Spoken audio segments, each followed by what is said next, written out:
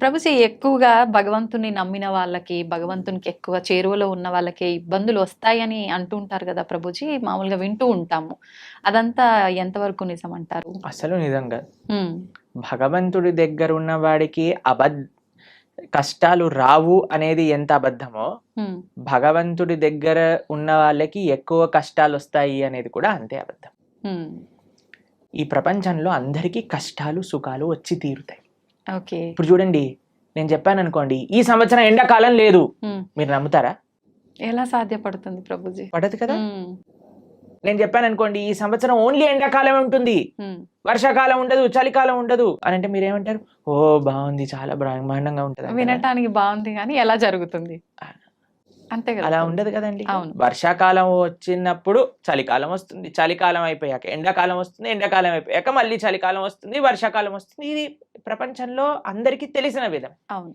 అలానే మన జీవితంలో కష్టాలు వస్తాయి, దాని తర్వాత సుఖాలు వస్తాయి, దాని తర్వాత కష్టాలు వస్తాయి, దాని తర్వాత సుఖాలు వస్తాయి. కష్టం సుఖం, కష్టం సుఖం ఈ మానవ జన్మలో ఒక పార్ట్ మాత్రమే. దీన్ని అండర్స్టాండ్ చేసుకొని యాక్సెప్ట్ చేసుకోవాలి ఫస్ట్ విషయం. దీనికి భగవంతుడికి ఎటువంటి సంబంధం లేదు. నీ జీవితంలో అంటే మనందరి జీవితంలో కష్టము సుఖము, ఎలా అయితే ఎండాకాలం వస్తుందో, ఎలా అయితే వర్షాకాలం వస్తుందో, ఎలా అయితే చలికాలం వస్తుందో, అలానే కష్టము సుఖము మిక్స్డ్ కాలం మూడు మన జీవితంలో ఉంటాయి, ప్రతి ఒక్కళ్ళ జీవితంలో. మరి భగవంతుడు ఏం చేస్తాడు? భగవంతుడు ఏమైనా కష్టాలు తీసేసే వాడిని నేను కష్టాలు తీయడానికే భగవంతుని మనం అపాయింట్ చేసుకున్నాము అని మీరు అనుకుంటున్నారా? చాలా మంది ఏమనుకుంటారో తెలుసా అండి, వాడు నా పనివాడు, నాకు ఏదైనా కష్టం వస్తే వాడు దాన్ని క్లీన్ చేయాలి, ఇలా భగవంతుని భావిస్తారు. ఇది కరెక్ట్ భావన అంటారా? చాలా తప్పు ప్రభుజీ. తప్పేనా? మరి మనం ఎందుకు అలా అనుకుంటున్నాం? భగవంతుడికి మనం భగవంతుడి సేవ చేయాలా, భగవంతుడు మన సేవ చేయాలా?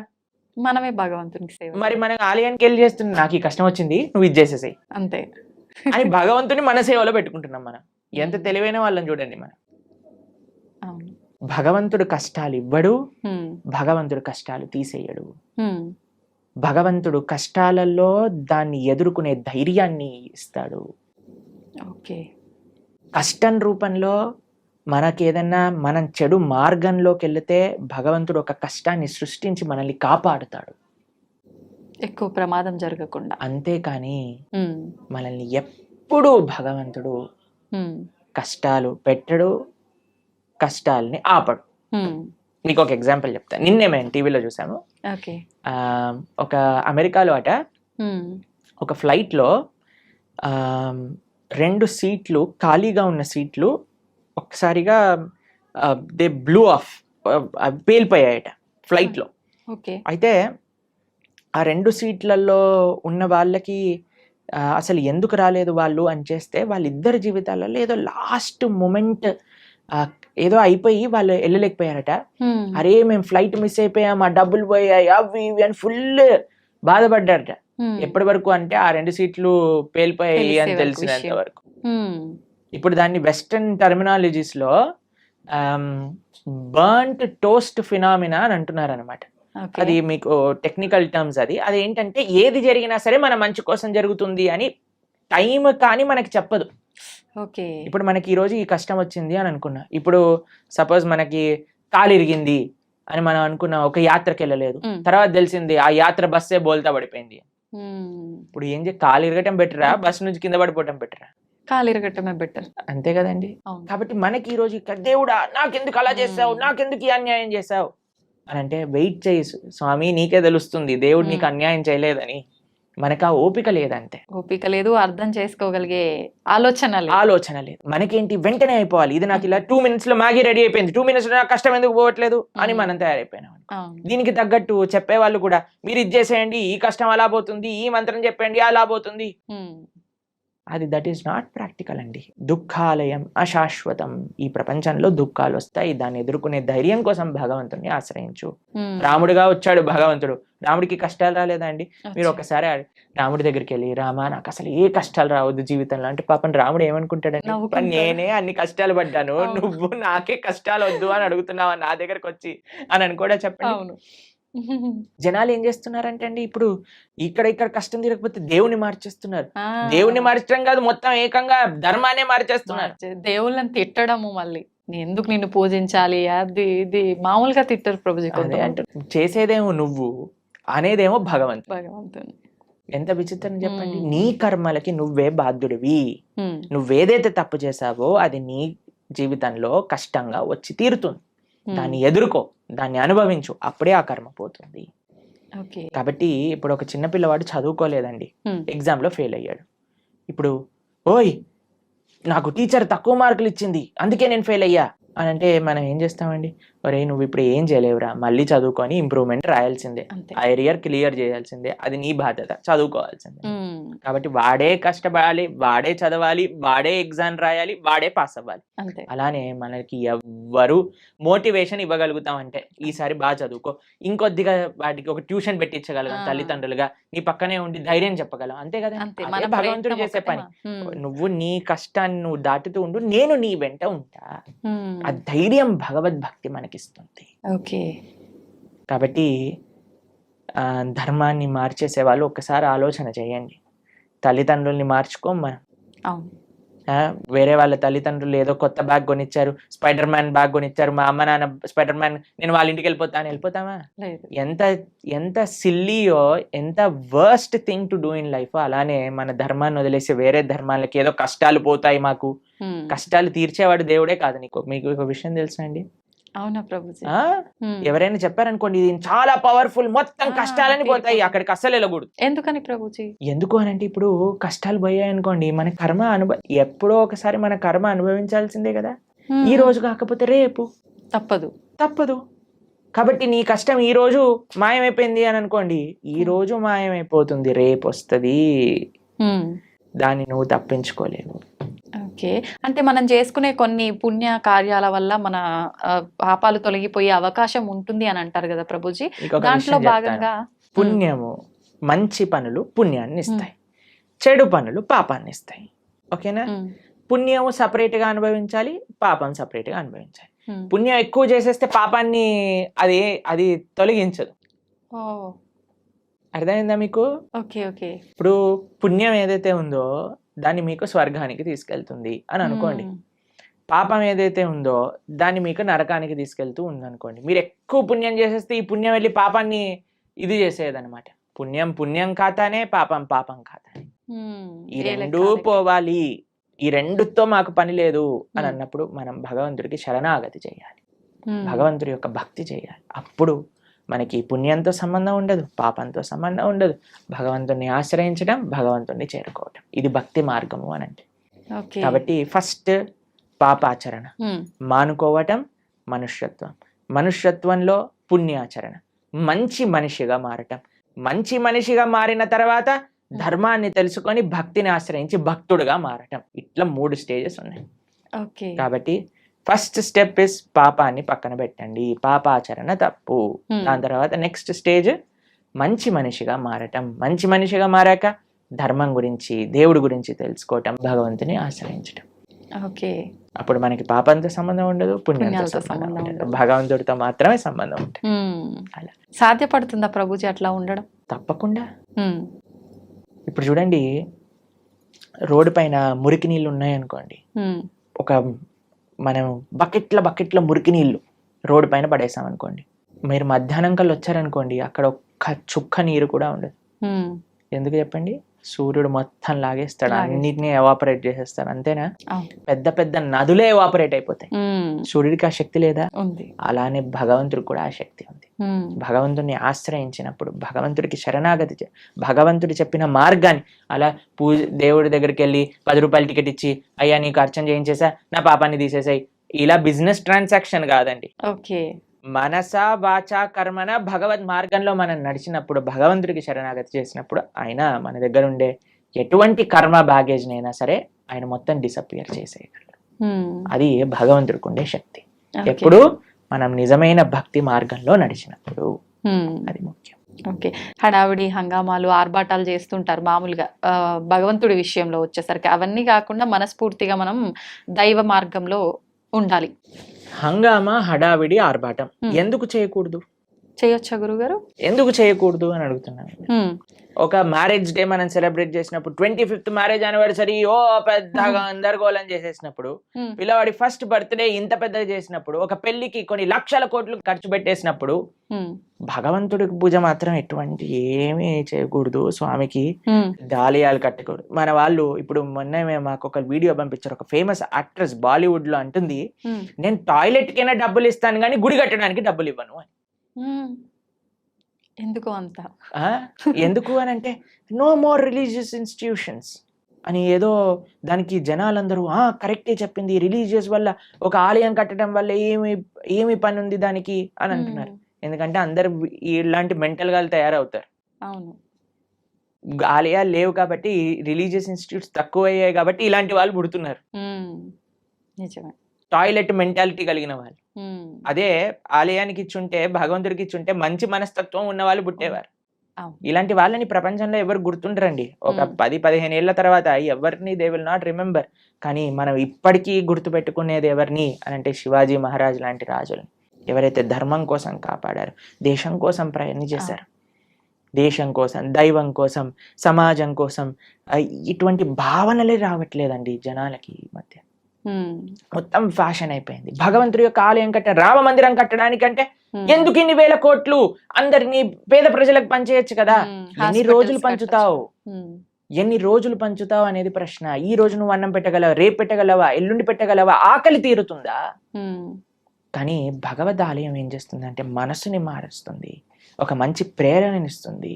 ఒక ఆలయం దేన్ని విషయాలకి కేంద్రం చూడండి మీరు. ఒకటి ఆర్ట్, కల్చర్, ట్రెడిషన్, హెరిటేజ్, ఎన్నిటిని నిలుపుకుంటుంది రామమందిరం.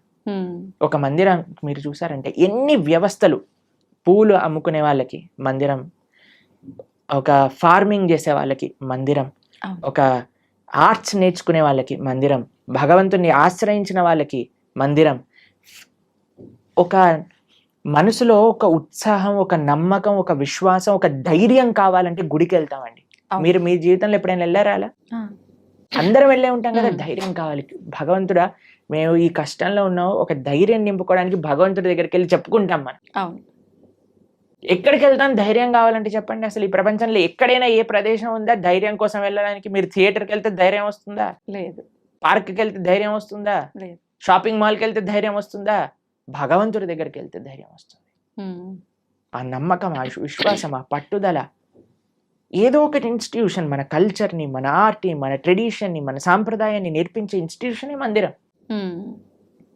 కాబట్టి మనకి వీ వాంట్ ఎవ్రీథింగ్. ఎప్పుడైనా మీరు హైదరాబాద్ లో ఈ 5 స్టార్ హోటల్ కట్టబోతున్నారు, వాడిని అడిగారండి, ఎందుకు 5 స్టార్ హోటల్ కడుతున్నావు, నీ పక్క నుండే స్లమ్ లో అన్ని డబ్బులు బంచేసాయి, 1 స్టార్ హోటల్ కట్టి సరిపోతుంది అని మనం ప్రశ్నిస్తామండి? లేదు.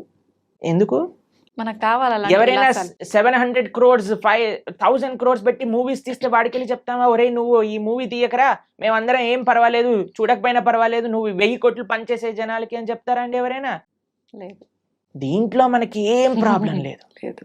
కానీ ఎప్పుడైతే భగవంతుడికి ఏదన్నా సేవ చేస్తున్నారనుకోండి, భగవంతుడికి అభిషేకం చేస్తే వెంటనే పాలేంటి అని అంటారు. నేను చూసానండి సినిమా హీరోల కట్అవుట్లకి పాలాభిషేకాలు చేస్తూ ఉంటారు. రాజకీయ నాయకులకి, కరెక్ట్ రాజకీయ నాయకుల విగ్రహాలకు పాలాభిషేకం. అప్పుడేమైంది మన నీతి? మనకు నచ్చిన పని చేస్తే తప్పులేదు. మీరు చూసారండి ఇప్పుడు కొత్తగా ఈ ట్రెండ్ లో ఏమంటామంటే ఆ న్యూ ఇయర్ పార్టీలు అవి ఇవి అని చేసుకుంటారు కదా, దాంట్లో షాంపైన్ బాటిల్స్ లోంచి షాంపైన్ అంతా ఇలా పోతూ ఉంటుంది చూసావా? అప్పుడు నీకు డబ్బులు వేస్ట్ కాదే, 5,000 10,000 ఎంత ఉంటాయో మనకు తెలియదు, కానీ ఆ బండిటిని నేల కొరగటంలో నీకేం తప్పులేదు, పిచ్చి పిచ్చి గంతులు వేయటంలో నీకు తప్పులేదు, పబ్బులు కట్టడంలో తప్పులేదు, రెస్టారెంట్స్ కట్టడంలో తప్పులేదు, మాల్స్ కట్టడంలో తప్పులేదు, సినిమా థియేటర్లు కట్టడంలో తప్పులేదు, మందిరం మాత్రమే తప్పు. ఎందుకంటే భగవంతుడు మంచివాడు కాబట్టి. పాపం వాడు ఏమన్నాడు కదండి, నవ్వుతూ అలా నించుంటాడు. భగవంతుని కూడా తప్పట్లే. భగవంతుడిని ప్రేమతో ఉండే వాళ్ళ దగ్గర ఆయన ఉంటారండి, అది వేరే విషయం. ఆయన ఏం ఎక్స్పెక్ట్ చేయట్లేదు మనం ఇంత పెద్ద గుడి కడతాం అంత గట్టు, అది మన కృతజ్ఞత. కాబట్టి జనాలు అందులో ఆర్భాటాలు వద్దు అని కేవలం భక్తిలో అనుకుంటే తప్పు. లేదండి మాకు మా జీవనమే సరళం, మేమే ఒక మ్యారేజ్ డే వచ్చింది అనుకోండి, ఆలయానికి వెళ్ళి దండం పెట్టుకుంటాం. అలానే భగవంతుడి యొక్క ఉత్సవం వచ్చిన ఆలయానికి వెళ్దాం. లేదండి మేము మ్యారేజ్ డే మాత్రం ఒక 2-3 లక్షలతో చేస్తాము, కానీ కృష్ణాష్టమికి మాత్రం 100 రూపాయలు ఖర్చు పెడతాం. అది తప్పు. ఇక్కడ చూపించగాలి, ఇక్కడ చూపించే వ్యక్తిత్వం గురించి మాట్లాడుకోవట్లేదండి. కేవలం నేను చూపించడానికే పూజ చేస్తా అనటం తప్పు. కానీ భగవంతుడికి ప్రేమతో నేను ఇంత గొప్పగా చేసుకోగలుగుతాను అని అనుకోవటంలో తప్పేమీ లేదు. చేసుకోవచ్చు, కానీ మన హృదయంలో ఆ భక్తి, ఆ ప్రేమ అనేది ఉండాలి. ఓకే, ఏమంటారు మీరు? నిజమే ప్రభుజీ, ఉండాల్సిందే. చాలా తక్కువ మందిలో ప్రభుజీ రాను రాను ఇంకా అంటే ఎక్కువ ఆధ్యాత్మిక మార్గంలో భగవంతునికి దగ్గరగా ఉండాలంటే ఎక్కువ అంటే ఏమంటారు సెంటిమెంట్లు, కండిషన్లు ఎక్కువ ఉండాల్సిందేనేమో అని చెప్పి లిమిట్ లో అని అందరు జనాల్ని ఒక మబ్బెలో పెట్టేశారు జనాలు. కానీ మీరు మనందరం కలిసి ఇంకా ఇంకా ప్రజలలో ఆ చైతన్యాన్ని తీసుకొని రావాలి. అవును ప్రభుజీ. భక్తి అంటే కేవలం sentiments, rules, regulations, conditions, impositions కాదు. భక్తి అంటే ఎంతో సరళమైన, సున్నితమైన, ఆనందకరమైన, ఉత్సాహకరమైన, మనశ్శాంతిని ఇచ్చే ఒక ప్రాసెస్ అని మనందరం కలిసి జనాలకి చెప్పినప్పుడు అప్పుడు మాత్రమే వాళ్ళు నిజమైన భక్తి అంటే ఏంటో అర్థం చేసుకోగలిగే స్థితిలోకి వస్తారు. నిజమే ప్రభుజీ. ఇంకా ఇంకా ఇంటర్వ్యూస్ చేయాలి ఇలా. తప్పకుండా చేద్దాం ప్రభుజీ, మార్పు మనతోటే మొదలు పెడదాం. ఓకే, అయితే ప్రభుజీ నేటి అల్ట్రా మోడర్న్ జనరేషన్ వాళ్ళకి కృష్ణతత్వాన్ని అనుసరించాల్సిన ఆవశ్యకత ఎంతవరకు ఉంది ప్రభుజీ? ఏ జనరేషన్ వాళ్ళకైనా కృష్ణుని, భగవంతుణ్ణి అనుసరించాల్సిన అవసరం ఉన్నది. ఎలా అయితే మనకి ఓషన్లో ఉండే బోట్స్కి మీరు లైట్ హౌస్ అని ఉంటుంది తెలుసు కదా, అక్కడ నుంచి లైట్ వస్తుంది. ఆ లైట్ని చూస్తే వాళ్ళకి ఎక్కడికి వెళ్ళాలి అనే విషయం అర్థం అవుతుంది. లేకపోతే ఎక్కడ నేల ఉంది, ఎక్కడ మనం దాటచ్చు ఈ సముద్రాన్ని అనేది తెలియదు. ఇప్పుడు మనందరికి ఒక లైట్ హౌస్ లాంటి వాడు అన్నమాట. భగవంతుడు, భక్తి, గురువు, శాస్త్రము ఇవన్నీ ఒక లైట్ హౌస్ లాంటివి. మనందరం ఈ సంసారంలో బోట్ సముద్రంలో చూసారండి, ఎలా ఇలా పైకి ఇటు ఊపుతుంది, అటు ఊపుతుంది, సామాన్లన్నీ కింద పడిపోతూ ఉంటాయి. అలా మన పరిస్థితి కూడా అలానే ఉంది. మానసికంగా, వ్యక్తిగతంగా, ఎమోషనల్, ఫిజికల్, మెంటల్ అన్ని స్టేట్ లో వీఆర్ ఆల్ డిస్టర్బ్డ్. కానీ ఎప్పుడైతే ఆ లైట్ హౌస్ మనకు కనిపిస్తుందో, భగవత్ తత్వము అనేది ఏదైతే మనం తెలుసుకుంటామో అప్పుడు మనకి హోప్ ఉంటుంది జీవితంలో. ఇక్కడ ఒడ్డు ఉన్నది, ఇక్కడికి వెళ్తే మేము సురక్షితంగా ఈ సముద్రం నుంచి బయట పడగలుగుతాము అని. కాబట్టి ఏ అల్ట్రా మోడర్న్ అయినా, ఎటువంటి వాళ్ళైనా సరే అందరికీ శరణు భగవంతుడు. కాబట్టి ఎప్పుడైతే ఆ కేంద్రం మనకి ఉందో జీవితంలో, మంచి ధర్మం, సమాజ సేవ, దేశ సేవ, భగవత్ సేవ అనే కేంద్రం వైపు ఎప్పుడైతే మనందరం నడుస్తామో అప్పుడు ప్రతి ఒక్కళ్ళలో ఆధ్యాత్మికత, ఆ ఆనంద భావన అనేది కలుగుతుంది. కానీ ఇప్పుడు ప్రస్తుత సమాజంలో మోడర్న్, అల్ట్రా మోడర్న్ అన్నారు కదా మీరు, ఎంత అల్ట్రా మోడర్న్ అయితే అంత అల్ట్రా ప్రాబ్లమ్స్ వస్తున్నాయి. ఇది నిజం ప్రభుజీ. ఎప్పుడైనా మీరు డిప్రెషన్ అనేది విన్నారా అండి? మేమైతే మా టైంలో డిప్రెషన్ ఏంటి, మెంటల్ హెల్త్ ఇష్యూస్ ఏంటి, ఈ సైకాలజిస్ట్, సైక్రియాటిస్ట్ దగ్గర 3,000-4,000 రూపాయలు వారానికి ఖర్చు పెడుతున్నారు ఇప్పుడు చిన్న యూత్ లో ఉండే పిల్లలకి. చిన్న చిన్న పిల్లల డిప్రెషన్ ఇప్పుడు ఎవరికి తెలియదు అసలు ఈ మెంటల్ హెల్త్ ప్రాబ్లమ్స్ ఏంటి అనేది ఎప్పుడు వినలేదు. ఒకళ్ళు చెప్పారు, ప్రభుజీ మేము వెళ్ళి మా అమ్మకి చెప్పాను నాకు డిప్రెషన్ ఉందంటే నువ్వు పారాసెటమాల్ వేసుకో తగ్గిపోతుంది అని చెప్పిందట వాళ్ళ అమ్మ. ఎందుకంటే పాపం తెలియదు కదా ఎవరికి మెంటల్ హెల్త్ అంటే ఏంటి, డిప్రెషన్ అంటే ఏంటి అని. అలాంటిది భారతదేశం ఎంత మీరు అల్ట్రా మోడర్న్, సూపర్ మోడర్న్ అవుతుంటే అంత మనకి mental health problems, physical health problems. ఇప్పుడు చూడండి ఎవరిని అడిగినా సరే నాకివ్వి నాకవ్వి అని చెప్తున్నారు. ఇంతకు ముందు అలా మీరు చూసారండి మీ వయసులో ఎప్పుడైనా? మీరు ఎప్పుడైనా మెంటల్ హెల్త్ విన్నారా మీ చిన్నప్పుడు?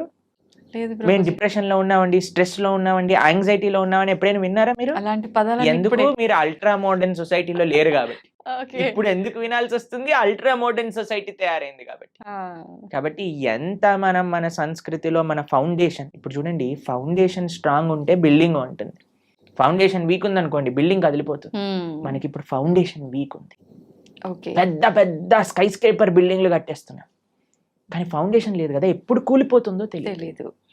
ఫౌండేషన్ ఏంటి? అదే ఆధ్యాత్మికత. ఓకే, మీరు ఎంత పెద్ద బిల్డింగ్ కట్టుతున్నారు అన్న దాంతో మీరు అల్ట్రా మోడర్న్ అవ్వండి, సూపర్ అల్ట్రా మోడర్న్ అవ్వండి, super super super duper ultra modern అవ్వండి, నో ప్రాబ్లం. కానీ నీ ఫౌండేషన్ ని చూసుకో, బేస్ ఎలా ఉంది. బేస్ కానీ ఆధ్యాత్మికత కానీ ఉంటే మీరు ఎంత పెద్ద బిల్డింగ్ కట్టినా అది స్ట్రాంగ్ గా ఉంటుంది. కాబట్టి we are concerned about the foundation. We are not concerned about what you are doing. కానీ ఏ భావనతో చేస్తున్నాము, దేన్ని ఫౌండేషన్ చేసుకొని మన జీవితంలో ఎదుగుతున్నాము అనేది మనకి ముఖ్యం. ఓకే. ఇప్పుడు అంటే మాట్లాడుకోవడం వరకు బాగానే ఉంటుంది ప్రభుజీ. చెప్తాము, వింటారు, వదిలేస్తారు. నిజంగా మనం ఆధ్యాత్మిక మార్గంలోకి తీసుకురాగలమంటారా ఈ ప్రస్తుతం ఉన్న సమాజంని? తప్పకుండా. ఏ రకంగా? ఎవరైతే సిన్సియర్గా ఉంటారో, మా జీవితంలో మేము భగవంతుడికి చేసే ఆ చిన్నపాటి సేవలో ఎంతో మంది జీవితాలు మారటం మేము స్వయంగా చూసాం. అంతేందుకంటే మా జీవితం కూడా మారింది కదా, మేము అవును. ఒకళ్ళని విన్నందుకు వల్ల, మా గురువుని మేము ఆశ్రయించా అనేది చెప్పే మంచి విషయాలను సీరియస్ గా తీసుకోవటం వల్ల కదా నా జీవితం మారింది. అంతే. లేదా ఈ సమయంలో నాకు 28 years, ఇప్పుడు నేను ఏదన్నా చేస్తుండేవాడిని, ఆ, కానీ మా జీవితం మారింది అని అంటే ఇప్పుడు నేను మారినప్పుడు ఎందుకు మారలేరు 10 మంది? ఉమ్, కాబట్టి మా జీవితంలో మేము ఎన్నో వేల మంది జీవితాలను మార్చి మంచి మార్గంలో వెళ్ళటం మేము స్వయంగా మా సొంత జీవితంలో చూసాం. ఓకే. అది శాస్త్రవాకు. ఎవరైతే భగవంతుడి గురించి మంచి హృదయంతో భగవంతుడు ఇచ్చిన మెసేజ్ని యాక్సెప్ట్ చేస్తారో జీవితంలో, వాళ్ళు తప్పక మారతారు. That is not difficult thing at all. Um, కేవలం మంచి విషయాలు మనం వినగలగాలి, మంచి వాళ్ళ సత్సంగంలో ఉండగలగాలి, ఉమ్, మంచి ఆధ్యాత్మిక పుస్తకములు చదవగలగాలి, మన మంచి ఆహారాన్ని స్వీకరించటంతో పాటు మంచి అలవాట్లు అన్నీ మనకు ఉండగలిగితే తప్పకుండా మారుతాం. And we will change for good um. And we will be all happy. ప్రభుజీ, ఆధ్యాత్మిక మార్గంలో నడిస్తే అంత మంచే జరుగుతుంది, ఆ మార్పు అనేది మొదలవ్వాలి అనుకున్నాం. అసలు నిజంగా ఆధ్యాత్మికం వైపు వెళ్ళాలి అన్న ఆలోచన కలిగే వాళ్ళు కొంతమంది ఉంటారు ఇలాంటి మాటలు విన్న తర్వాత. అటువంటి వాళ్ళ ఆలోచన విధానము అనేది ఏ రకంగా ఉంటే బాగుంటుంది గురుజీ? ఫస్ట్, ఆధ్యాత్మిక మార్గంలో మొట్టమొదటి అడుగు శ్రవణం. ఓకే. శ్రవణం కీర్తనం విష్ణు స్మరణం పాదసేవనం అర్చనం వందనం దాస్యం సాఖ్యమాత్మ నివేదనం అని ప్రహ్లాదుడు భాగవతంలో చెప్తాడు. ఉమ్, మొట్టమొదటి అడుగు శ్రవణం. ఇప్పుడు ఎవరికైనా ఆధ్యాత్మిక మార్గం అంటే ఏంటి తెలుసుకోవాలి అని అనుకుంటున్నారు అనుకోండి. ఉమ్, అసలు ఆధ్యాత్మిక మార్గంలో నేను ఎలా ఉండాలి, ఒక బేసిక్ బుక్ అనేది మనకి సనాతన ధర్మానికి ఒక పుస్తకం, ఒక మాన్యువల్, ఒక మెషిన్ కొన్నాం అనుకోండి, ఒక మాన్యువల్ కావాలి కదండి. ఉంటుంది. అలా అసలు మనం ఏమి చెయ్యాలి మానవ జన్మ వచ్చాక అని చెప్పేదే భగవద్గీత. ఉమ్, మీరు మన ఛానల్లో, ప్రణవానంద దాస్ అనే ఛానల్లో, ఇప్పుడు ఎవరికైనా మీకు ఈ ఇంటర్వ్యూ వినటం వల్ల అసలు మాకు ధర్మం అంటే ఏంటి, హిందూ ధర్మం అంటే ఏంటి, అసలు భగవంతుడు ఏం చెప్పాలనుకుంటున్నాడు, అసలు మానవుడు ఏం చెయ్యాలి అని మీకు ప్రశ్నలు ఉన్నాయనుకోండి, ఉమ్, మనం 18 లెక్చర్స్ మాత్రమే, ఒక్కొక్క లెక్చర్ 1 hour మాత్రమే ఉంటుంది. ఓకే. ప్రణవానంద దాస్ ఛానల్లో మీరు వెళ్ళి ప్లేలిస్ట్ లో భగవద్గీత అని మీరు చూసారనుకోండి, కేవలం సింపుల్ 18 లెక్చర్స్. ఉమ్, ఇప్పటి వరకు సుమారుగా 8 లక్షల మంది పైగా ప్రవచనాలు విని ఉన్నారు ఆల్రెడీ. ఓ, కాబట్టి మీరు జస్ట్ దాన్ని 18 లెక్చర్స్ వినండి. 1 to 18 కంప్లీట్ చేసే లోపల మీకు మొత్తం క్లారిటీ వస్తుంది జీవితంలో మనం ఏం చేయాలి. ఉమ్, ఇట్ ఈస్ వెరీ సింపుల్. దాని తర్వాత ఫస్ట్ స్టెప్ శ్రవణం అయిపోయాక మెల్లమెల్లగా ఒక్కొక్క అడుగు మిమ్మల్ని ముందుకు తీసుకెళ్తుంది ఆ శ్రవణం యొక్క శక్తి వల్ల. ఉమ్, కాబట్టి మీరు ఇప్పుడు హాలిడేసే, ఉమ్, కాబట్టి మీకు అంత బిజీగా ఉండరు అని నేను భావిస్తున్నాను. కాబట్టి అట్లీస్ట్ ఈ సమ్మర్ హాలిడేస్లో ఈ 18 లెక్చర్స్ భగవద్గీత, సంపూర్ణ భగవద్గీత ప్రణవానంద దాస్ అనే యూట్యూబ్ ఛానల్లో మీరు విని చూడండి. మేము చాలా సింప్లిఫైడ్ వేగా అందరికీ సనాతన ధర్మం గురించి ఎక్స్ప్లెయిన్ చేసే ప్రయత్నం చేశాం ఆ వీడియోస్లో. కాబట్టి మీరు చూసి మీ యొక్క భావనలు వ్యక్తపరచండి. తప్పకుండా I think that will be a guiding light for everybody. ఎందుకంటే భగవద్గీత శాస్త్రమే అటువంటిది. కాబట్టి ఇది ఫస్ట్ స్టెప్. ఎందుకంటే అన్ని స్టెప్స్ ఒకసారి చేయకూడదు కదండి. నెక్స్ట్ ఇంటర్వ్యూలో సెకండ్ స్టెప్ గురించి మాట్లాడుకుందాం. ఇప్పుడు ఫస్ట్ స్టెప్ భగవద్గీత 18 లెక్చర్స్ వినటం. ఓకే. శ్రవణం. ఓకే. ప్రభుజీ, ఆహారం విషయానికి వస్తే చాలా మంది ఈ మధ్య కాలంలో నాన్ వెజ్ ఫుడ్కి ఎక్కువ అలవాటు పడిపోతున్నారు, ఎక్కువగా మాంసాహారం తింటున్నారు. నిజంగా మాంసాహారం అనేది తినడం తప్పంటారా ప్రభుజీ? మనకి ఎప్పుడైనా దోమ కుట్టినప్పుడు మీకు ఏమనిపిస్తుందండి? నొప్పి, బాధ కలుగుతుంది. ఏమంటారు అప్పుడు? దోమ కుట్టింది పాట్ అని వేసేస్తారు కొంతమంది. అయితే అరే ఆ దోమ ఎక్కడుందో పట్టుకొని రారా, దాన్ని ఎలా అయినా చంపేయాలి. ఇప్పుడు బ్యాట్లు తీసుకొని ఏమంటారు, మీరు యుద్ధానికి వెళ్ళినట్టు దోమలను కాలబడి దోమలు చంపేస్తాయి. ఇంత పెద్ద శరీరం నీది, ఇంత చిన్న దోమ, ఇంత చిన్న చీమ కుడితే అబ్బో చీమ కుట్టింది, నీళ్లు పోసేయండి, చీమలను అన్నిటి తీసేయండి, లక్ష్మణ్ రేఖ పెట్టేసేయండి.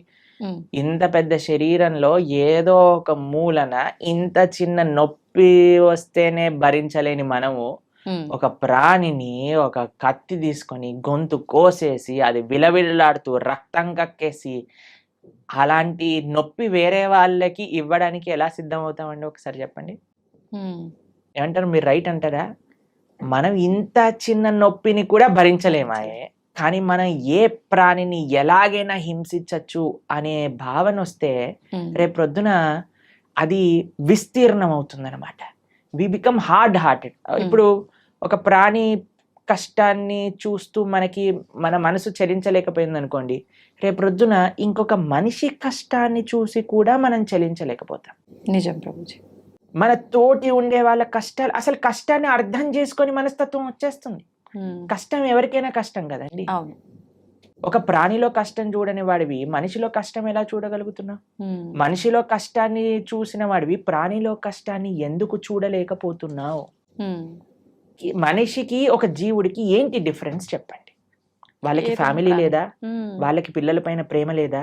అది జీవించాలి అని అనుకోవట్లేదా? ఒక కోడినో ఒక మేకనో అనుకోండి, అదేమన్నా మీ దగ్గరకు వచ్చి నా గొంతు కోసేసే, నన్ను ఈరోజు బిర్యానీ వండుకొని తిను అని చెప్తుంది. అదేమన్నా విలవిల్లు ఆడిపోతుంది, భయం అయిపోతుంది. ఆ నెగిటివ్ ఎనర్జీ మొత్తం ఈ ప్రపంచంలో అన్ని చోట్ల ఆ క్రీపిన్ అయ్యే భూకంపాలు, టోర్నాడోస్, దానికి ఒక థియరీ ఉంది, సైంటిఫిక్ థియరీ తెలిసిన మీకు? ఎప్పుడైతే మనం ఇంత జీవహింస, ప్రాణి హింస అనేది జరుగుతుందో ఆ నెగిటివ్ వైబ్రేషన్స్ అన్ని కలెక్ట్ అయ్యి ఒక్కసారి మాస్ డిస్ట్రక్షన్ చేస్తుంది అనమాట. ఓకే. భూకంపాలు రావటం, సునామీలు రావటం, టోర్నాడోలు రావటం, ఫారెస్ట్ ఫైర్స్ రావటం, ఇవన్నీ ఎందుకు, ఈ వైపరీత్యాలన్నీ ఎందుకు వస్తున్నాయి అని అంటే ఆ నెగిటివ్ వైబ్రేషన్స్ వల్ల. ఓకే. కాబట్టి మనం జీవహింస తెలిసి ఎవరిని తెలియకుండానే మనం ఎంత ఇబ్బంది పెడుతున్నామండి. ఓ బిల్డింగ్ కట్టాలి అంటే పాపం కింద ఎన్ని పాములు పోయాయో, ఎన్ని చీమలు పోయాయో, ఎన్ని ప్రాణులు కోల్పోతాయో. ఒక రోడ్ వేయాలన్నా మనం రోడ్ పైన పోతూ వెహికల్స్ లో ఉంటే మనకి ఎన్ని తెలుసు చెప్పండి? తెలియక ఎన్ని చేస్తున్నాం మనం. వెజిటేషన్స్ గ్రో చేస్తుంటే ఎన్ని పోతాయో క్రాప్స్ లలో. తెలియకుండానే మనం ఇంత జీవహింస చేస్తున్నాం. ఇంకా తెలిసి చేస్తే ఎలా చెప్పండి? కాబట్టి ఒక్కటి గుర్తుపెట్టుకోండి, మన శాస్త్రం చెప్తుంది మాంసహ అంటారు, మాంసం అని అంటారు కదండి. అంటే నేను రేపు నీలాగా అవుతాను. మాంసహ, ఈరోజు నేను నిన్ను చంపుతున్నాను, రేపటి రోజున నువ్వు నన్ను చంపుతావు. అది ఎగ్జాక్ట్ డెఫినేషన్ ఆఫ్ మాంసం. ఈరోజు మనం ఏ జీవినైతే ఎంత బాధ పెడుతున్నామో అదే బాధ 100 రెట్లై మనం అనుభవించాల్సి వస్తుంది, లేదా మన ముందు మనకు కావాల్సిన వాళ్ళు అనుభవిస్తారు. కాబట్టి మనం అది ఒక ఎన్వైరన్మెంటల్ పర్స్పెక్టివ్గా చూసినా, ఇప్పుడు మ్యాక్సిమం 60% ఆఫ్ వెజిటేషన్ మొత్తం కూడా ఈ ఫార్మ్లో ఉండే యానిమల్స్కి తినిపించడంలో పోతుంది. అదే కానీ మనం ఇప్పుడు చూడండి, ఇప్పుడు ఇండియాలో మనం వెజిటేరియనిజం గురించి మాట్లాడితే ఎలా అంటున్నారు, వెజిటేరియన్స్ ఎట్లా అవుతారు, అది ఇది ఇది ఇది ఇది దీనికి విరుద్ధం, దానికి విరుద్ధం, ఇది మా ఫ్యామిలీకి విరుద్ధం, ఇది మాకు ఇది విరుద్ధం అని పెద్ద యుద్ధాలకు వచ్చేస్తున్నారు. ఫారినర్స్ అందరు వీగన్ కల్చర్ విన్నారా మీరు ఎప్పుడైనా? వీగనిజం అని పెరిగిపోతుంది అక్కడ. ప్లాంట్ బేస్డ్ డయట్, యానిమల్ ఉన్న దాన్ని వాళ్ళు టచ్చే చేయరనమాట. దాన్ని వీగన్ అని అంటారు. మొత్తం మీరు చూస్తే, మేము ఆస్ట్రేలియా మెల్బోర్న్ లో ఒక వీగన్ స్ట్రీట్ అని ఉంది. మొత్తం స్ట్రీట్ అంతా వీగన్ రెస్టారెంట్స్ అక్కడ. అమెరికాలో అన్ని చోట్ల ఇప్పుడు వీగనిజం పెరిగిపోయింది. మీరు ఎక్కడికి వెళ్ళినా సరే వీగన్ అని చెప్తే మీకు ఒక్క డైరీ ప్రోడక్ట్ కూడా టచ్ చేయరు వాళ్ళు. అలాంటి స్ట్రిక్ట్ వెజిటేరియన్ డైట్ ని వీగనిజం అని అంటారు అనమాట. కాబట్టి పాశ్చాత్య దేశస్తులు, దానికి ఏం ఆధ్యాత్మికత అవసరం లేదండి నాన్ వెజిటేరియన్ ఆపేయడానికి. మనుష్యత్వం ఉండాలంతే. ఒక మనిషిగా నేను బాధపడుతున్నాను, ఇంకొక ప్రాణిని బాధ పెట్టకూడదు. ఇప్పుడు చూడండి, మనం తింటే 10 నిమిషాల్లో పోయే రుచికి ఒక ప్రాణినే చంపేస్తున్నాం అంటే ఎంత అన్యాయం చెప్పండి. కాబట్టి అది ఆధ్యాత్మికంగా మంచిది కాదు, సామాజికంగా మంచిది కాదు, ఒక మానవుడికి అయితే అసలే మంచిది కాదు. అన్ని ఈ ప్రపంచంలో అంతా బాగుండాలి అని అంటే ఎవరిని మనం ఇబ్బంది పెట్టకూడదు. ఆధ్యాత్మికత విషయం అయితే దూరం పెట్టేసేయండి. మాంసాహారం తినే వాళ్ళు ఎప్పటికీ ఆధ్యాత్మికంగా ఒక్క అడుగు కూడా ముందుకెయ్యలేరు. ఇది సత్యం. కానీ this is far beyond to understand. కానీ ఫస్ట్ మనిషిగా ఆలోచిద్దాం, ఒక ప్రాణిగా ఆలోచిద్దాం. కాబట్టి భగవంతుడు అందరినీ సృష్టించినప్పుడు ఆయన అందరి పిత కదా. మీరు ఒక 3 తమ్ముళ్ళు అన్నయ్యలు ఉన్నారనుకోండి, ఒకరిని ప్రేమించి ఒకరిని చెంపమైన లాగి పెట్టారనుకోండి, వాళ్ళ అమ్మ ఏమంటారు, ఒరేయ్ వాడేం చేశాడురా నిన్ను అంటే, ఏం లేదమ్మా, నాకు వీడిని ప్రేమిస్తున్నాను కదా, వాడిని కొడతాను. ఒప్పుకుంటారా వాళ్ళ అమ్మ? లేదు. అలానే భగవంతుడు ఎలా ఒప్పుకుంటాడండి? నువ్వు మనిషిని మాత్రమే ప్రేమించి మిగతా జీవులందరినీ కూడా హింసిస్తూ ఉంటే. ఓకే. నిన్న మేము ఒక పోస్ట్ చూసాము ఇంటర్నెట్ లో, అందులో ఉండి ఒక shark kills 11 people in an year. ఒక షార్క్ ఒక 10-11 మంది మనుషుల్ని చంపేస్తుందట, తినేస్తుందట సంవత్సరంలో. ఓకే. ఒక ప్రదేశంలో జస్ట్ ఒక స్టాటిస్టిక్స్ చెప్తున్నారు అనమాట. కానీ ఒక మనిషి 11,000 షార్క్ ని గంటలో చంపేస్తాడట తినడానికి, దాని లెదర్ కోసం అని. ఎంత అన్యాయం చెప్పండి. కాబట్టి మనం ఈ అన్యాయాన్ని ఎంతగా ఆపగలిగితే, అందరం ఎంత సాత్వికంగా, ఎంత హింస ఫ్రీగా ఉండగలిగితే మన ప్రపంచం అంత బాగుంటుంది. మీకు ఇంకొక విషయం చెప్తాను. మేము ఒక బుక్ చదివాం, దాన్ని how to live to be 100 అని అంటారు. 100 సంవత్సరాలు బ్రతుకుండాలంటే సీక్రెట్. అందులో ప్రపంచంలో 100 సంవత్సరాలు పూర్తిగా బ్రతికిన ప్రదేశాల్లో హైయెస్ట్ మెంబర్స్ ఎక్కడైతే ఉన్నారో అక్కడ రీసెర్చ్ చేసి ఆ పుస్తకం రాశారనమాట. అందులో తేలింది ఏంటి అని అంటే, these are all animal products free. మాంసం అనేది వాళ్ళు స్వీకరించలేదు. ఇప్పుడు ఏ డాక్టర్ దగ్గరికైనా మీరు వెళ్ళి అడగండి, ఏదైనా మనకి ఇంత చిన్న జబ్బు, రోగం, జనం వచ్చింది అనుకోండి, ఫస్ట్ నాన్ వెజిటేరియన్ మానేయి అని చెప్తారట. ఓకే. కాబట్టి that is not natural for us. ఇప్పుడు చూడండి, కార్నివోరస్, హర్బివోరస్ అని మనం వినే ఉంటాం. కార్నివోరస్ అంటే మాంసాన్ని తినేవి, హర్బివోరస్ అంటే చెట్లను తినేవి. మనవి, మన బాడీ, మన నోటి నుంచి ప్రారంభం చేసుకొని మన డైజెస్టివ్ సిస్టమ్ మొత్తం కూడా హర్బివోరస్ యానిమల్స్ లానే ఉంటుంది, కార్నివోరస్ యానిమల్స్ లా. తర్వాత కొంతమంది అంటారు, మనకి ఈ 2 కూరలు ఉన్నాయి కదా ఇక్కడ, అంటే కూరలు ఉంటే నువ్వు పచ్చి మాంసాన్ని పట్టుకొని తినొచ్చు కదా, కానీ వండుకొని ఎందుకు తింటున్నావు నువ్వు? కార్నివోరస్ యానిమల్స్ అయితే అవి పచ్చి మాంసాన్ని పట్టుకొని వేటాడి తింటాయి. మనం ఏమన్నా ఇప్పుడు ఒక మేకని తినేవాడు ఏమన్నా మేక పైన పడి వాడిని చీల్చి తింటాడా? లేదు. కాబట్టి ది వెరీ థాట్ దట్ నువ్వు వండుకొని తింటున్నావు అని అంటే అది నీ శరీరానికి మార్చి కానీ నువ్వు తినలేవు అని. కానీ ఇప్పుడు చూడండి, సాలడ్స్ లో మీరు ఏ కూరగాయలు వేసినా సరే కక్కర్ అని తినేస్తారు. క్యారెట్లు తినేయచ్చు, బీట్రూట్లు తినేయచ్చు, ఏదైనా తినేయచ్చు పచ్చిగా. అవును. కాబట్టి మనకి పచ్చిగా తింటే అరుగుతుంది. ప్లస్ మన digestive system, carnivorous animals digestive system చాలా చిన్నగా ఉంటుంది, ఎందుకంటే అది వచ్చేస్తుంది బయటకు వెళ్ళిపోతుంది. కానీ మనది మాత్రం లాంగ్ ఇంటెస్టైన్, స్మాల్ ఇంటెస్టైన్, అవి డైజెస్ట్ చేసి దాన్ని న్యూట్రియంట్ కాంప్లెక్స్ చేసి అన్ని శరీరానికి ఎనర్జీ అందించి అప్పుడు కానీ బయటకు వస్తుంది. కార్నివోరస్ యానిమల్స్ చూసాను నాలుకతోటి నీళ్లు తాగుతాయి, మనం ఎలా చేస్తామండి? మనం నోటితో తాగుతాం. కాబట్టి ఇవన్నీ దేర్ ఆర్ మెనీ రీజన్స్. అటు సైంటిఫికల్గా చూస్తే, అటు హ్యూమన్ మేకప్ విధంగా చూస్తే, ఎలా చూసినా సరే ఒక మనిషి వెజిటేరియన్ గానే ఉండాలి. Okay. He cannot kill any living be. Okay. అయితే ప్రభుజీ, ఇది సృష్టికి విరుద్ధం అయినప్పుడు భగవంతుడు ఎందుకు దీన్ని ఆపలేకపోతున్నాడు మరి? అయితే ఇది తినొచ్చు, ఆ జంతువులు పుట్టిందే మానవులు తినటానికి అని ఎవరైనా మీకు సర్టిఫికెట్ ఇచ్చారా? ఉంటారు కదా. భగవంతుడు ఇచ్చాడా చెప్పండి. భగవంతుడు ఆపట్లేదు అని మీరు అన్నారు కదా, కానీ భగవంతుడు తిను అని ఎక్కడేం చెప్పాడా? లేదు. ఏదైనా ఇప్పుడు ఒక మేక పుట్టాక ఇది వీడు తినడానికి అని దానిపైన స్టాంప్ వేసి ఆయన పంపించాడా మనకి? లేదు కదా. ఎందుకు? ప్లస్ ఈ మనిషి కూడా ఎందుకు సెలెక్టివ్ గా ఉన్నాడు? నేను మేకనే తింటా, కోడిని, కుక్కని ఎందుకు తినావు నువ్వు?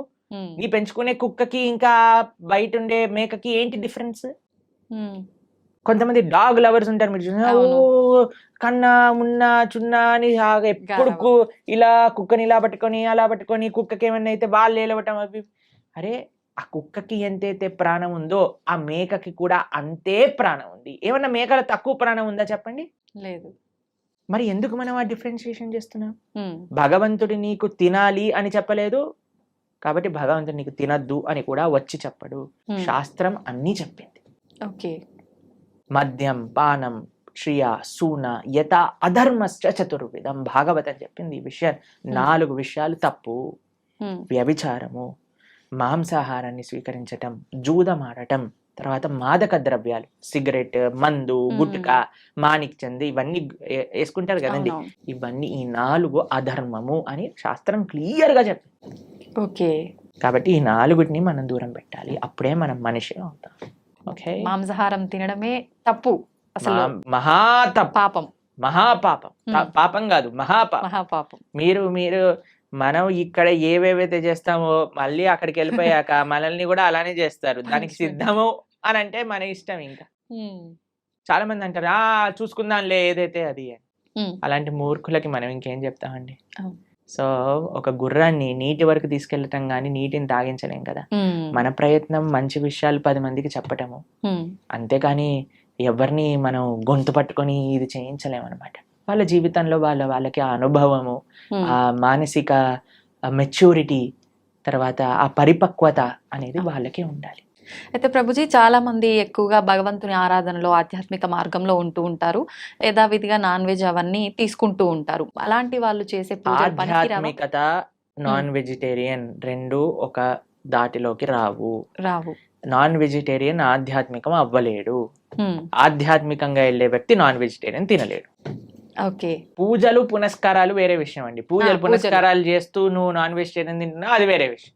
కానీ ఆధ్యాత్మికత అనేసరికి భగవంతుడు ఏంటి, భగవంతుడు ఏం చెప్పాడు అని అర్థం చేసుకోవటం ఆధ్యాత్మికత. భగవంతుడు నన్ను ఎలా జీవించమని చెప్పాడో అర్థం చేసుకొని జీవించటం ఆధ్యాత్మికత. మనం 100 పూజలు చేయి, పునస్కారాలు చేసుకొని ఏదైనా చేసుకోండి, కానీ భగవంతుడు జీవించమన్న జీవన విధానాన్ని మనం ఆచరించకపోతే he will not care for us. ఇప్పుడు చూడండి, మీకు మీ పిల్లలు ఉన్నారు, మీరు చెప్పిన మాట వినటం మీకు ముఖ్యమా, మీరు చెప్పిన విధంగా వాళ్ళు ఉండటం మీకు ముఖ్యమా, లేదా మీరు చెప్పిన విషయాలు ఏమీ పాటించకుండా బయటికి వెళ్ళి మా అమ్మ ఇంత గొప్పది, మా అమ్మ అంత గొప్పది, మీ ఫోటో పెట్టుకొని రూమ్లో రోజు ప్రొద్దున అగరబత్తులు తిప్పేసి ఆరతులు పెట్టేసి మీకు పెద్ద పెద్ద మాలలు వేయటం ముఖ్యమా? మీరు చెప్పండి, ఏది మీకు సంతోషాన్ని ఇస్తుంది? చెప్పిన మాట ఆచరిస్తే అంతే కదా. చెప్పిన మాట ఆచరించి మీరు పెద్దగా ఏం చేయకపోయినా మీరు ఆనందంగానే ఉంటారు కదా. నాన్న చదువుకో, మంచిగా ఉండు, 10 మందితో మంచి చెయ్యి, నువ్వు ఎప్పుడు బాగుండాలి, అది మీరు చెప్పిన విధానాన్ని వాళ్ళు ఫాలో అవుతాయి కదా. అదే ఆధ్యాత్మికత అంటే. భగవంతుడు ఏం చెప్పాలనుకుంటున్నారో తెలుసుకొని దాన్ని ఫాలో అవ్వటం ఆధ్యాత్మికత. భగవంతుడు ఫోటోలు పెట్టి ఓ ఓ అని తిప్పేటాలో ఆధ్యాత్మికత కాదు. ఎప్పుడు వరకు మనం ఆయన మార్గాన్ని ఫాలో అవ్వకపోయినంత వరకు. ఒక్కసారి మనం ఆయన చెప్పే విధానాన్ని ఫాలో అవుతూ మిమ్మల్ని ప్రేమతో, ఇప్పుడు చూడండి, మీ పిల్లలు మీరు చెప్పిన విషయాలు అన్నీ మంచిగా విని మీ పుట్టినరోజు రోజు ఒక గ్రీటింగ్ కార్డ్ చేసి మీకు చాలా సేపు కష్టపడి ఒక గ్రీటింగ్ కార్డ్ చేసి ఇచ్చారనుకోండి, మీకు ఎంత సంతోషం ఇస్తుంది. అరే మా పిల్లలు ఎంత బంగారు కొండలరా, నేను చెప్పిందన్ని మాటలు వింటారు, నాకు ఇంత ప్రేమ గ్రీటింగ్ కార్డ్ తీసుకొచ్చారనిపిస్తుందా? అలానే భగవంతుడు కూడా మనం ఎప్పుడైతే ఆయన మాటలు విని ఆయన ఆరాధన చేస్తామో అప్పుడు ఆయనకు అంత సంతోషం వస్తుంది. మీ మాటలు ఎప్పుడు వినకుండా, మిమ్మల్ని ఎప్పుడు పట్టించుకోకుండా బర్త్డేకి మాత్రం పెద్ద గిఫ్ట్ తీసుకొచ్చా, ఏంది ఈ గిఫ్ట్, అరే కనీసం ఎవడడిగాడు నిన్ను అని అంటారు, అంతే కదా. అలానే భగవంతుడు మన పూజలు కూడా అలానే అనిపిస్తాయి. ఇది ఖచ్చితంగా అందరూ తెలుసుకోవాల్సిన విషయం, అంతే కదా. ప్రభుజీ, పిల్లల టాపిక్ వచ్చింది కాబట్టి నేటి బాలలే రేపటి పౌరులు అంటారు. అయితే అటువంటి పిల్లల్ని మనం పెంచే విధానము కరెక్ట్గా ఉండకపోవడం వల్ల అంటే ప్రభావం పడుతుందా, లేదంటే విద్యా వ్యవస్థ ప్రభావం ఏమైనా ఉంటుందా ప్రభుజీ? అన్ని ప్రభావం. మనం పెంచే విధానం, విద్యా వ్యవస్థ, టీచర్లు, మీడియా, వాళ్ళు చూపించేవి, వాళ్ళు ఉండే ఫ్రెండ్స్, అన్నిటినీ ప్రభావం ఉంటుంది. కరెక్ట్, అన్నీ కూడా జాగ్రత్తగా ఉండాలి. ఇప్పుడు అన్నిటినీ మార్చేయలేం కదండి. మన వంతు మన మార్పు మనతోటి ప్రారంభం అవ్వాలి. కాబట్టి ఇప్పుడు చూడండి, అందరి పిల్లలకి హాలిడేస్ టైం. ఇప్పుడు మీ హాలిడేస్ లో మీ పిల్లలకి ఏం నేర్పిస్తున్నారు? ఎన్నో మంచి ఆధ్యాత్మిక కేంద్రములలో సేవా మాధ్యమంగా సమ్మర్ క్యాంప్స్ జరుగుతున్నాయి. మన ఇస్కాన్ హైదరాబాద్ లో సమ్మర్ క్యాంప్స్ చేస్తున్నారు, మేము ఆదిలాబాద్ లో రేపు సమ్మర్ క్యాంప్ చేస్తున్నాం. పిల్లలకి కనీసం సెలవులు వచ్చినప్పుడైనా మంచిగా సేవ చేసుకునే ఒక అవకాశాన్ని ఇవ్వండి. గోశాలకి తీసుకెళ్ళండి, శ్లోకాలు నేర్పించండి, మ్యూజిక్, మన క్లాసికల్ మ్యూజిక్ నేర్పించండి, క్లాసికల్ డాన్స్ నేర్పించండి. మన కల్చర్కి ఎంత దగ్గరగా మనకి సమయం ఉన్నప్పుడు, ఇప్పుడు స్కూల్ ఉన్నప్పుడల్లా అంటే కష్టమే, కానీ అట్లీస్ట్ ఫెస్టివల్స్ టైంలలో మనకి ఇలా సమ్మర్ హాలిడేస్ వచ్చినప్పుడు, వింటర్ వెకేషన్స్ వచ్చినప్పుడు మనం ఏదైనా మంచి ఆధ్యాత్మిక ప్రదేశానికి తీసుకెళ్ళటం, అక్కడ ఉండే మంచి వ్యక్తులతో కల్పించటం, మాట్లాడించటం, వాళ్ళకి కల్చర్ని ఇంట్రడ్యూస్ చేయటం, ఇలా కానీ మన శక్తియుతంగా మనం ప్రయత్నించి, ఇప్పుడు చూడండి, we can do our best. దాని తర్వాత ఇంకా వాడికి జీవితంలో ఏం చేసుకుంటారో అనేది వాళ్ళ ఇష్టం. కానీ మనము ఇవ్వకపోతే మన తప్పు అవుతుంది. కాబట్టి వాట్ వీఆర్ సేయింగ్ ఇస్, అందరు పేరెంట్స్ కూడా మీ వైపు నుంచి మీరు ప్రయత్నం చేయండి. Hmm. ఇప్పుడు సమ్మర్ హాలిడేస్ వచ్చాయి, మంచి ఆధ్యాత్మికంగా అలానే విశేషాలు అన్నీ కూడా నేర్పించేటట్టుగా మంచి విశేషాలు నేర్పించండి. మ్యూజిక్లో మంచి విశేషాలు, డాన్స్లో మంచి విశేషాలు, శ్లోకాల్లో మంచి విషయం, అన్నిట్లో మంచి ఉంది, ఆ మంచిని నేర్పించండి అని చెప్తున్నాను అంతే. ఓకే. కాబట్టి సమయం ఉన్నప్పుడు పిల్లల్ని ఎంగేజ్ చేయాలండి. పిల్లలకి ఫ్రీ టైం ఇస్తే వాళ్ళు పాడైపోతారు. కాబట్టి మీకు సమయం ఉన్నప్పుడు మీరు కానీ హాలిడేస్లో వాళ్ళని ఎంగేజ్ చేయలేదనుకోండి, ఫోన్కి అడిక్ట్ అయిపోతారు, టీవీకి అడిక్ట్ అయిపోతారు, తర్వాత టెలివిజన్కి అడిక్ట్ అయిపోతారు. ఇవన్నీ మనకు వద్దు అన్నప్పుడు వాళ్ళని మార్నింగ్ టిల్ నైట్ స్కిల్స్లో ఎంగేజ్ చేయండి. స్విమ్మింగ్ నేర్పించండి, ఇన్స్ట్రుమెంట్స్ నేర్పించండి, ఎక్సర్సైజ్కి తీసుకెళ్ళండి. బయట ఎంత వీలైతే అంత మనం ఉంచడానికి ప్రయత్నం చేయాలి. మీరు బయట ఉండాలి. మీరు ఫోన్ పట్టుకొని కూర్చున్నాడు అనుకోండి, వాడు ఫోన్ పట్టుకొని కూర్చుంటాడు. కాబట్టి let us all use this time nicely. ఈ సమయం మనకి ఏదైతే ఉందో దాన్ని బాగా యూజ్ చేసుకొని పిల్లల్ని ఒక మంచి ట్రాక్లో పెట్టేటట్టుగా మనం ముందుకు తీసుకెళ్ళాలి. మీ అందరికీ మంచి వేసవి సెలవులలో మంచి ఆధ్యాత్మిక మార్గం వైపు మీరు నడుస్తూ మీ పిల్లల్ని నడిపిస్తారు అని భావిస్తూ హరే కృష్ణ. Thank you Prabhuji. నిజంగా మీరు చెప్పినవన్నీ వింటుంటే నిజంగా ఇదంతా నిజమే కదా, ఎందుకు ఎక్కడ మిస్ అవుతున్నాం అందరం ఇవన్నీ పాటించడంలో అనిపిస్తోంది ప్రభుజీ. ప్రతి ఒక్కరికి కూడా అలా అనిపించాలనే కోరుకుందాం, మార్పు మొదలవ్వాలనే కోరుకుందాం ప్రభుజీ. చాలా మంచి విషయాలు తెలియజేశారు. Thank you Prabhuji. హరే కృష్ణ. హరే కృష్ణ ప్రభుజీ. హరే కృష్ణ.